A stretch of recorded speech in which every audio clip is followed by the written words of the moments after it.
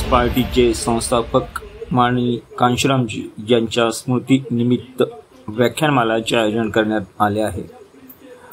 प्रसिद्ध पत्रकार नवीन कुमार यांचं आज व्याख्यान झालं। पहा सविस्तर ही बातमी। आजच्या या विचारपीठावरती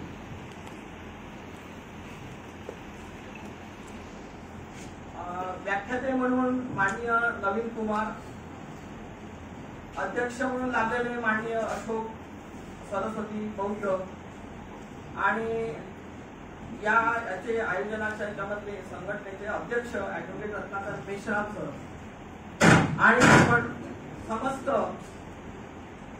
आदरणीय सन्माननीय शाहू फुले आंबेडकरांच्या विचाराची ज्योत सातत्याने तेवत ठेवणारे समस्त बंधू आणि भगिनींनो, 10 मिनिटात बोलायचं आहे की बाबासाहेबांच्या विचाराची जी मशाल आणि ज्योत त्याखाली तेवत ठेवण्याचं जर काम केलं असेल तर ते आपले बहुजन नायक काशीरामजी यांनी, जो जन्म आहे तो पंजाब इथे रोपड जिल्ह्यामध्ये पंजाब राज्यामध्ये झाला। त्यांनी बहुजन नायक, साप्ताहिक बहुजन संघटक, ते साप्ताहिक नंतर त्यांनी दलित शोषित संघर्ष समिती, बहुजन समाज पार्टी, बामसे अशा अनेक बाबी म्हणजे समाजाच्या समोर एक खऱ्या अर्थाने निर्माण करणं हे खूप म्हणजे सामान्य माणसाचं किंवा सामान्य कार्यकर्त्याचं काम नाही। म्हणजे एक डिफेन्स सर्व्हिस मध्ये काम करणारा कर्मचारी त्याच्या खऱ्या अर्थाने त्यांच्या कार्यालयामध्ये ज्या दलित कर्मचाऱ्यावरती अन्याय अत्याचार झाल्यामुळे तो पेटून उठतो आणि तो खऱ्या अर्थाने त्यांच्या आयुष्याचा ट्रिगर पॉइंट ठरतो, तिथून त्यांची वाटचाल सुरू होते। त्याच्यानंतर त्यांनी ते अविवाहित राहिले, त्यांनी स्वतःच्या घराचा त्याग केला आणि इतकंच नव्हे तर त्यांनी दिलेले जे नारे आहे ते नारे अजरामर झालेले आहे। म्हणजे आजही जे बाबासाहेबांनी जे म्हटलं होतं की तुम्ही शाहीवर खऱ्या अर्थाने काम जर कोणी केलं असेल ते महामानव महानायक काशीरामजी यांनी केलं। खऱ्या अर्थाने शासनकर्ती जमात त्यांनी खऱ्या अर्थाने निर्माण उत्तर प्रदेशामध्ये आपल्याला माहित आहे की त्यांनी बहुजन समाज पार्टी निर्माण करून स्वतःच्या पक्षाच्या मायावती यांना मुख्यमंत्री केलं। त्याच्यानंतर ते स्वतः खासदार झाले, म्हणजे स्वतः सायकलवर फिरून एक गरीब परिस्थितीतून त्या माणसाने सत्ता काबीज करण्याचं त्यांनी जे बाबासाहेबांनी जे स्वप्न पाहिलं होतं ते पूर्ण करण्याचं काम काशीरामजी यांनी केलेलं आहे। आणि खऱ्या अर्थाने ती जी त्यांनी केलेलं काम होतं, ते कार्य होतं, ते पुढं नेलं असतं तर मला असं वाटतं की आज आता आपण नेहमी सामाजिक चळवळीमध्ये जेव्हा उद्विग्न होतो, वेगवेगळ्या प्रकारचे आपल्यावरती मनुवादाच्या माध्यमातून होणारे हल्ले जेव्हा होतात, आपण शासनकर्ती जमात झालो असतो, त्यांच्या विचारावर आपण ती जर आपण मशाल पेटत ठेवली असती तर कदाचित आपल्याला ह्या मनुवाद्यांना कधीच संपवता आलं नसतं। म्हणजे आज आपण शासनकर्ती जमात बनू शकलो नाही आणि काशीरामजींनी ज्या पद्धतीनं हे काम पुढे नेण्याचं काम गतिमान करता आपल्याला आलं नाही, आपण फेरीवर ठरलेलो खऱ्या अर्थाने। आणि म्हणूनही आज त्यांच्या विचारांची जी गरज आहे की आपण आपला पक्ष निर्माण करून या देशामध्ये जे काही षडयंत्र होतात आहे लोकशाही आणि संविधान संपवण्याचे, तेव्हाच आपण हाणून पाडू शकतो जेव्हा आपण सत्तेत असू। आणि त्या जोपर्यंत म्हणजे म्हणून काशीरामजींचे जे नारे होते की वोट हमारा राज तुम्हारा, नहीं चलेगा नहीं चलेगा। फिर भी ये परंपरा हमारी रही है कार्यक्रमों की कि एक परिचय के साथ ही हम मुख्य भाषण की शुरुआत करते हैं। परिचय नवीन कुमार। भारतीय पत्रकारिता का वह दौर जब मुख्य धारा की मीडिया सत्ता के सुर में सुर मिला रही थी, उसी समय पत्रकारिता में एक आवाज उभरी, निडर, तेज तर्रार और संविधान की मूल भावना से जुड़ी हुई। ये आवाज थी नवीन कुमार जी। आपने पत्रकारिता में अपनी शुरुआत प्रमुख राष्ट्रीय चैनलों जैसे एबीपी न्यूज, न्यूज नेशन और जी न्यूज के साथ की, लेकिन जैसे जैसे टीवी मीडिया का रूप पैसों से भटककर सनसनी और देखा और सवाल उठाए, मुख्य धारा मीडिया की सीमाओं को समझने के बाद आपने स्वतंत्र पत्रकारिता का रास्ता चुना और आर्टिकल 19 इंडिया नाम से अपना डिजिटल प्लेटफॉर्म शुरू किया।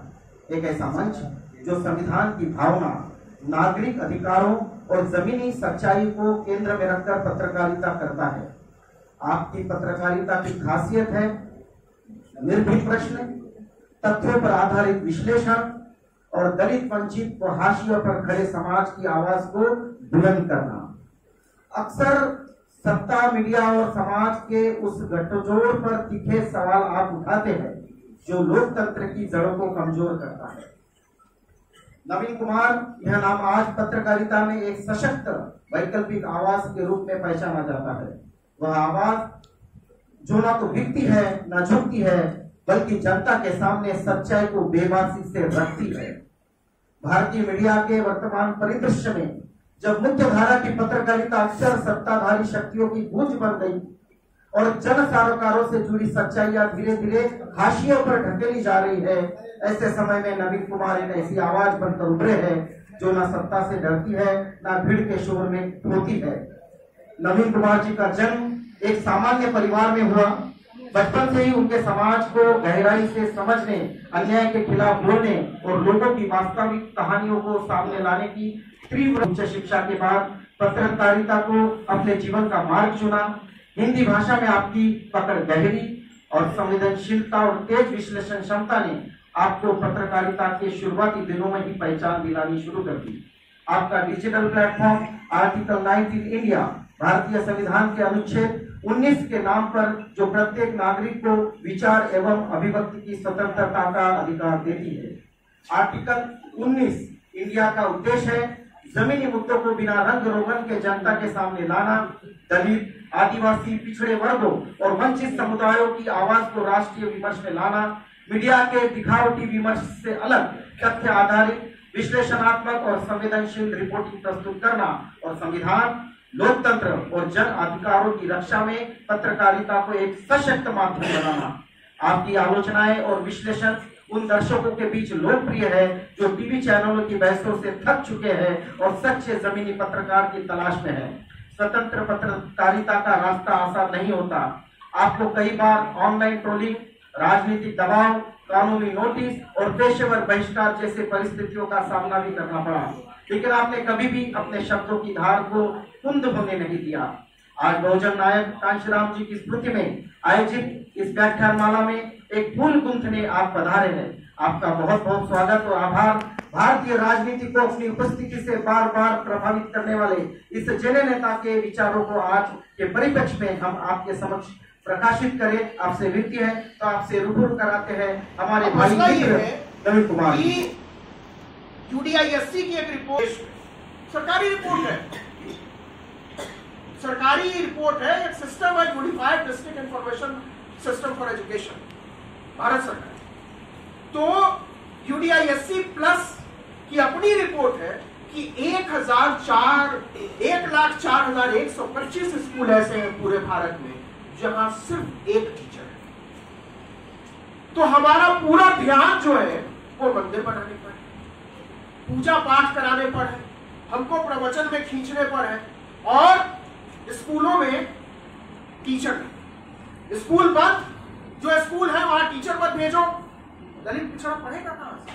आदिवासी जाएगा कहां? वो छत पार कर आपके दूसरे बर्तन पड़ेगा, वो आपकी गाड़ी चलाए, वो दरबारी करे और आप उसको अपने तरीके से हाथ सकते हो, लेकिन खतरा केवल इतना है। ये तो हुई प्राइमरी एजुकेशन की बात। और मैं इसलिए दे सकते थे, कागज पकड़ सकते थे, लकड़ी पकड़ सकते, कुछ भी कर, उंगली दिखा सकते थे, नहीं, यह प्रतीक था। कलम मतलब शिक्षा, कि शिक्षा को मत छोड़ना, यही हमारी सबसे बड़ी ताकत है। और जिस दिन, अभी 3-4 महीने पहले मैं औरंगाबाद गया था और वहां मैं मिलिंद कॉलेज गया, बाबा साहब ने बनाया, और मुझे हैरानी हुई। वहां मिलिंद कॉलेज में एक लाइब्रेरी है जहां बाबा साहब की पढ़ी हुई किताबें रखी है, मतलब उन्होंने जहां पढ़कर छोड़ दिया वो किताब बहुत संजो कर उन्होंने रखी है, वो देखने का मुझे मौका मिला। मुझे लगा कि एक आदमी कितना विजनरी रहा होगा जिसने आज से लगभग 80-90 साल पहले सोचा कि ये कॉलेज 300 एकड़ में खुलेगा और पूरे मराठवाड़ा में वहां फिशरी का डिपार्टमेंट, मतलब बाबा साहब ने एक कॉलेज खोला था, मिलिंद कॉलेज। अब मिलिंद कॉलेज ऑफ आर्ट्स है, मिलिंद कॉलेज ऑफ साइंस है, मिलिंद कॉलेज ऑफ नर्सिंग है, मिलिंद कॉलेज ऑफ फार्मेसी है, मिलिंद कॉलेज ऑफ लॉ, और इसके बावजूद वहां कम से कम 200 एकड़ जमीन खाली है। वहां के लोगों ने बताया कि साहब 40-50 एकड़ जमीन तो कब्जा हो गई, तो क्यों खोला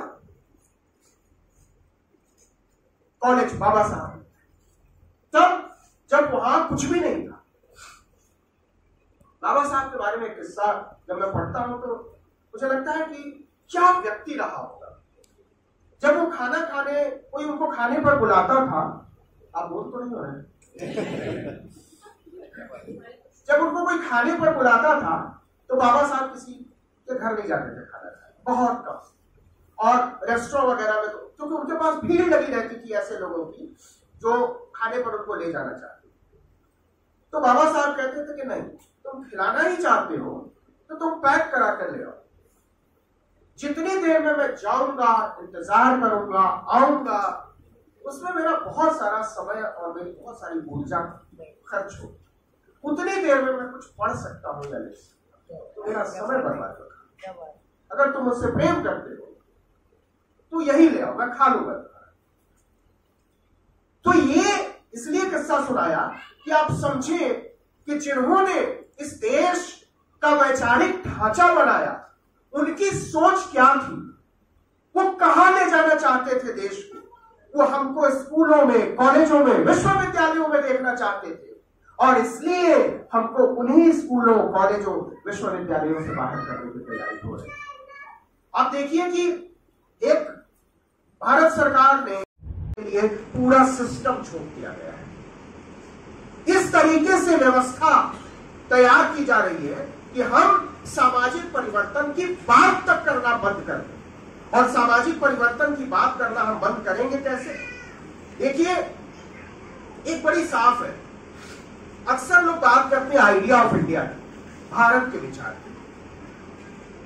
तो दिल्ली में मैं भी एक कार्यक्रम में था जहां आइडिया ऑफ इंडिया की बात कर रहे थे, और वहां सब लोग कह रहे थे कि जब मैं मंच पे था तो मैंने कहा कि देखिए, और वो कथित तौर पर प्रगतिशील लोग, सोच समझ वाले, ऐसा उनका दावा था। मैंने कहा कि, और उनको मैंने पहले चेतावनी दी थी कि देखिए, मुझे बोलने के लिए मत बुलाएं, आप बुलाएंगे तो फंस जाएंगे, क्योंकि आप कोई ऐसी बात नहीं की थी जो संविधान के दायरे से बाहर। मैंने यही कहा कि ठीक है, पहले यह तय करो कि आइडिया ऑफ इंडिया की बात करनी है या आइडिया ऑफ इंडिया पर बात करने का ढोंग करना है। ढोंग करना है तो उसके लिए मैं फिट आदमी नहीं। आइडिया ऑफ इंडिया की बात करनी है तब मैं आपको कुछ बातें बता सकता हूं। आइडिया ऑफ इंडिया पर इसलिए यहां बात नहीं हो सकती, वहां मैंने कहा कि मंच पर छोड़ दीजिए, पूरे हॉल में भी एक स्त्री नहीं थी, कोई दलित नहीं, कोई पिछड़ा नहीं, कोई आदिवासी नहीं। हमने बोला ये कौन सा आइडिया ऑफ इंडिया हम लोग डिस्कस कर रहे हैं? तो फिर तो मोहन भागवत कह रहे हैं कि हमारा आइडिया ऑफ इंडिया चला दो, और नरेंद्र मोदी कह रहे हैं कि हमको तो 15-20 करोड़ लोगों ने वोट किया है, हम सबके बदले में सोच लेंगे। तो ये आइडिया ऑफ इंडिया चलेगा क्या? इस लोकतंत्र के ढांचे में ये आइडिया ऑफ इंडिया आने वाला है। हमने कहा नहीं, आइडिया ऑफ इंडिया मत करो, आइडिया ऑफ कॉन्स्टिट्यूशन चलेगा। आइडिया ऑफ इंडिया आपका अलग हो सकता है, मेरा अलग हो सकता है, ताई का अलग हो सकता है, आइडिया ऑफ कॉन्स्टिट्यूशन अलग अलग नहीं हो सकता है। एकदम अक्षर सह उसको लागू कर, कोई इधर उधर की बात नहीं, संविधान को बस लागू कर। तो घबराहट, ये जो जार्गन्स गढ़े जाते हैं ना, उसमें हमको जो छोकने की कोशिश होती है, उसमें फंसना नहीं है। तो आइडिया ऑफ कॉन्स्टिट्यूशन को धराशायी किया जाए। और आइडिया ऑफ कॉन्स्टिट्यूशन तो अच्छी बात इस देश में केवल इतनी हुई है कि बहुत कोशिश करके भी लाठी मार के, गोली मार के, जेल में डाल के ये आइडिया ऑफ कॉन्स्टिट्यूशन को खत्म नहीं कर पा रहे। जब ये कहते हैं ना कि अर्बन नक्सल, या आतंकवादी या देशद्रोही, ये मुझे हमेशा लगता था कि ये सब फर्जी चीज है।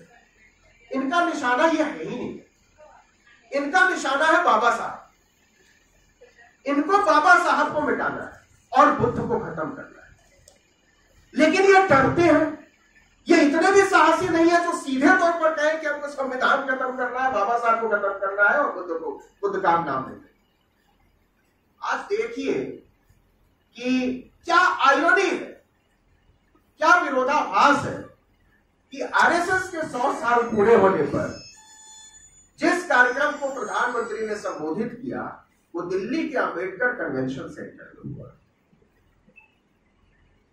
इससे बड़ा विरोधाभास और इससे बड़ी मजबूरी कुछ नहीं हो सकती। इसका मतलब यह है कि आपको झक मार के बाबा साहब के पैरों में जाकर गिरना पड़ेगा, और अगर आप नहीं गिरेंगे तो हम आपको गिरने पर मजबूर करेंगे।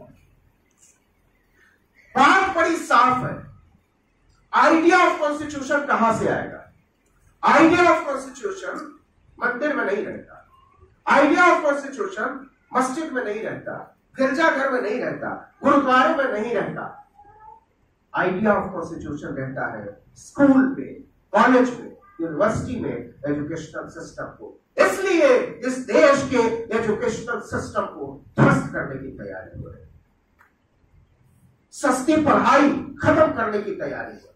मैं हर जगह एक ही बात बार बार जरूर बोलता हूं ताकि कम से कम लोगों को एहसास हो कि खतरा कितना बड़ा है।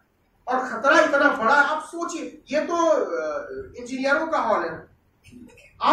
मुझे बड़ी हैरानी है कि अब अगले बार जब हो सकता है कि आप इस तरीके का कार्यक्रम रहे तो ये हॉल किसके पास चला जाएगा मुझे नहीं मालूम, क्योंकि इसकी पूरी तैयारी है।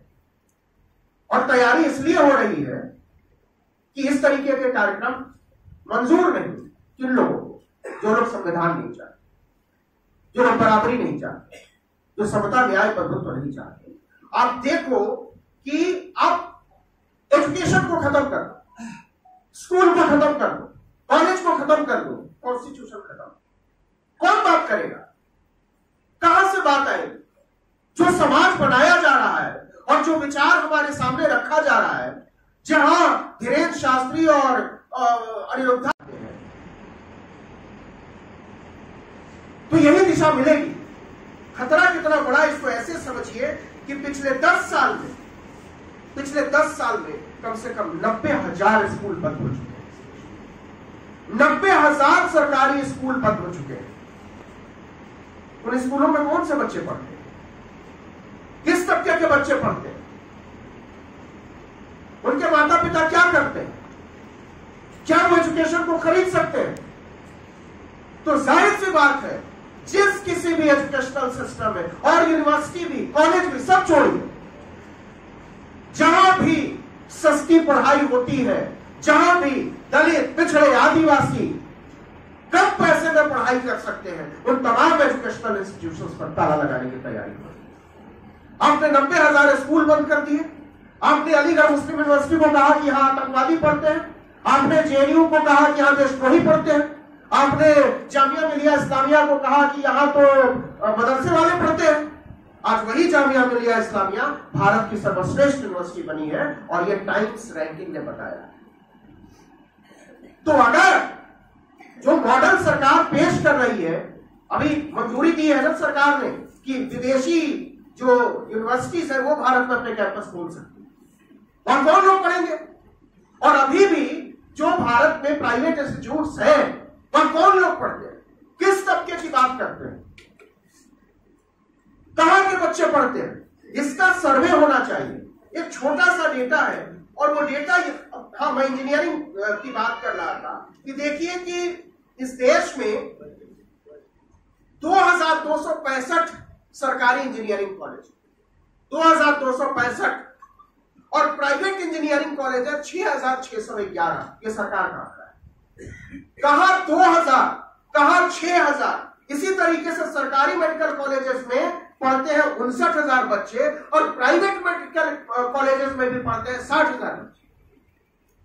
मतलब इस देश को इस तरह से बनाया जा रहा है कि केवल अमीर लोग पढ़ेंगे, केवल अमीर लोग नौकरी करेंगे, केवल अमीर लोग ऊंची कुर्सियों पर बैठेंगे और वही राज करेंगे।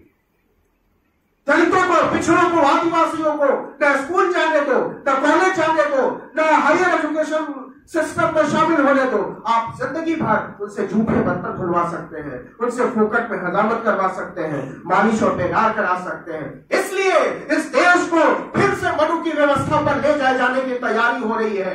इसलिए इस देश में इतने सारे बाबाओं की फौज उतारी गई है। इसलिए इस देश के बड़े बड़े नेता कह रहे हैं कि हमको मनु की व्यवस्था चाहिए। इसलिए इस देश के सोशल मीडिया इन्फ्लुएंसर्स कह रहे हैं कि हम चीफ जस्टिस को जूते मारेंगे और सड़क पर घसीटेंगे। मैं आपको आगाह करना चाहता हूं कि इस देश के एजुकेशनल सिस्टम को, इस देश के हायर एजुकेशन को, इस देश के स्कूलों पर जो ताला लगाने की तैयारी चल रही है, उसके खिलाफ सड़कों पर उतरने की तैयारी करनी चाहिए। हमको ये मांग करनी चाहिए कि इस देश में जितने भी प्राइवेट इंस्टीट्यूशंस हैं, उनकी फीस सरकारी इंस्टीट्यूशंस के बराबर करनी पड़ेगी, और नहीं तो इस देश की सरकार को गारंटी देनी पड़ेगी कि दलितों की, पिछड़ों की, आदिवासियों की बेटियों की फीस सरकार भरेगी। सरकार भरेगी, और अगर सरकार नहीं भरेगी तो ऐसे तमाम प्राइवेट एजुकेशनल इंस्टीट्यूशंस के फाटक तोड़ दिए जाने चाहिए। हमको ये मांग करनी पड़ेगी। आज नहीं करनी पड़ेगी तो कल करनी पड़ेगी। मैं इसलिए चेतावनी देना चाहता हूं कि हमने तो आधी जिंदगी जी ली है, ये हमारे बच्चों का समय। हम सिर्फ अपनी लड़ाई नहीं लड़ रहे हैं। बाबा साहब ने अपनी लड़ाई नहीं लड़ी थी, उनका जीवन बहुत बेहतर हो सकता था। मान्यवर काशीराम ने अपनी जिंदगी तो पता नहीं कैसी बना ली थी, इसलिए कि समाज एक सही रास्ते पर चल सके, एक सामाजिक बदलाव का रास्ता देख सके। इसलिए ये हम पर जिम्मेदारी है। अगर हम बाबा साहब नहीं हो सकते हैं, अगर हम मान्यवर नहीं हो सकते हैं, अगर हम फूले परिवार नहीं हो सकते हैं, तो कम से कम उनके रास्तों पर चलने की कोशिश तो कर सकते। और वो कोशिश यही है कि हम अपने संस्थानों को बचाएं। और जब मैं संस्थान कह रहा हूं, इस पर मैं आगे और चर्चा करूंगा। हमको हर तरह के संस्थान से बाहर किया जा रहा है। अब आप ये देखिए कि दलित, पिछड़े, आदिवासी 90,000 स्कूल बंद कर दिए। उस चित्रकूट में तुलसी पीठ है। उत्तर प्रदेश में एक जगह है चित्रकूट, वहां एक तुलसी पीठ है। वहां का एक बाबा है, उसका नाम है रामभद्राचार्य, उसको भी ज्ञानपीठ मिला है। शाब्दिक बदलावों में क्या मनुष्य का जीवन भी बदला? मैं सिर्फ मनुष्य का नाम, क्योंकि हमारी पूरी लड़ाई मनुष्य माने जाने की लड़ाई है। पिछले 15 दिन में कम से कम 3 ऐसी घटनाएं हुई है जिससे पता चलता है कि बाबा साहब ने जो झेला था और आज का दलित, आज उन दोनों में कोई बुनियादी अंतर है, रत्ती भर का भी अंतर नहीं आया, सिवाय इसके कि आज हम कह पा रहे हैं बाबा साहब की वजह से कि हाँ यह अन्याय है। दमोह में 16 अक्टूबर को पुरुषोत्तम कुशवाहा के मुंह में अनुज पांडे पानी डालता है, और वो पानी कौन सा होता है? उसके पैर का धुला हुआ पानी। और अनुज पांडे कौन है? वो शराब तस्कर है वहां का, जिसको पुलिस ने गिरफ्तार किया था। उसके बाद एक घटना होती है, उसके ठीक अगले दिन रायबरेली में 2 अक्टूबर की बात है, गांधी जयंती की बात है, 2 अक्टूबर को उस दिन हरिओम वाल्मीकि के मुंह में पेशाब किया जाता है। और न केवल पेशाब किया जाता है, बल्कि पीट पीट कर मार दिया जाता है। इसके बाद राजकुमार चौधरी, कटनी, अभी 3 दिन पुरानी बात है, वहां राजकुमार चौधरी के मुंह में वहां का सरपंच रामानुज पांडे पेशाब करता है। ये केवल 3 घटनाएं नहीं है, ये भारत की वास्तविक तस्वीर है। और यही भारत बनाने की कोशिश, संघ के 100 साल पर क्या बनाने की कोशिश हो रही है और क्या मिटाने की कोशिश हो रही है। ये केवल 3 घटनाएं नहीं, भारत के इतिहास में और पिछले 10 साल में अगर आप देखें, पिछले 10 साल में तो 5 लाख से ज्यादा दलितों और आदिवासियों के उत्पीड़न के मामले आए हैं। उसमें से 1.5 लाख पीटे जाने की घटना है, मारे जाने की घटना है।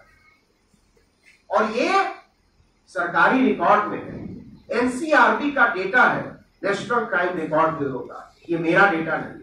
सरकार खुद कह रही है कि भारत में दलितों, पिछड़ों, आदिवासियों का जीवन जीने लायक नहीं है। तो क्यों नहीं है? मैंने जो कहा कि 100 साल हो रहे हैं आरएसएस के, और उसके बाद भारत को जिस तरीके से बनाने की कोशिश हो रही है, भारत के इतिहास में पहली बार सुप्रीम कोर्ट के चीफ जस्टिस की तरफ जूता उछाला गया। ये हवा में नहीं हुआ है। सुप्रीम कोर्ट के चीफ जस्टिस पर जूता इसलिए उछाला गया है क्योंकि वो दलित बौद्ध बिरादरी से है,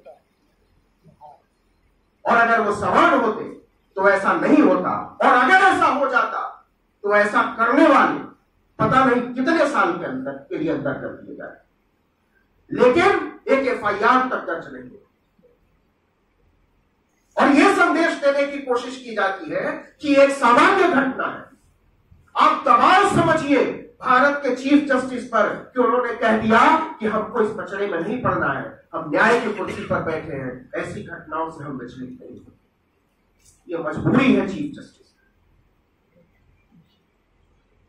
क्योंकि ऐसा बनाया जा रहा है देश, और यह इशारा किया जा रहा है कि आप देख लीजिए कि हरिओम वाल्मीकि और देश के चीफ जस्टिस में इस देश का जो सवर्ण समाज है, और सवर्ण भी नहीं, जो ब्राह्मणवादी समाज है, वो कोई अंतर नहीं करना चाहता आज भी। तो कहते हैं ना कि अगर पढ़ लिख जाएंगे, ऊंची कुर्सियों पर बैठ जाएंगे तो भेदभाव खत्म हो जाता है। मैं ये मानने को राजी नहीं, और मैं मानूं या न मानूं, लेकिन इस देश का ब्राह्मणवादी तबका ये मानने को राजी नहीं है, ये विश्वास दिलाने को राजी नहीं है। वो लगातार कह रहा, और सोशल मीडिया पर जिस तरीके की ट्रोलिंग की गई, चीफ जस्टिस के मीम बनाए गए, पेट में ढोलक और बाल्टी और झाड़ू लेकर जिस तरीके की तस्वीरें प्रचारित, और ऐसा करने वाले लोग सरकार के साथ बैठते हैं। एक लुम्पेन, एक लंपट बाकायदा लिखता है कि जज अगर इस तरीके की बातें करेंगे तो चौराहों पर उनको पीटा जाएगा। नाम लेने की जरूरत नहीं है। वो ये कहता है खुलेआम कि चीफ जस्टिस के मुंह पर कोर्ट में थूक देने की सजा ज्यादा से ज्यादा क्या हो। ये ताकत कहां से आती है? अब ये ढकी छुपी बात नहीं है। उस आदमी ने थाने से निकलकर पूछताछ के बाद सीधे ये कहा कि हमको देश के कम से कम 3 सांसदों ने फोन किया, कई पूर्व मंत्रियों ने फोन किया और कहा तुमको घबराने की जरूरत नहीं है, आपको बचा लिया जाएगा, और बचा लिया गया। चीफ जस्टिस पर जूता फेंकने वाले, चीफ जस्टिस के मुंह पर थूकने की बात करने वाले, उनको चौराहे पर घसीटने की बात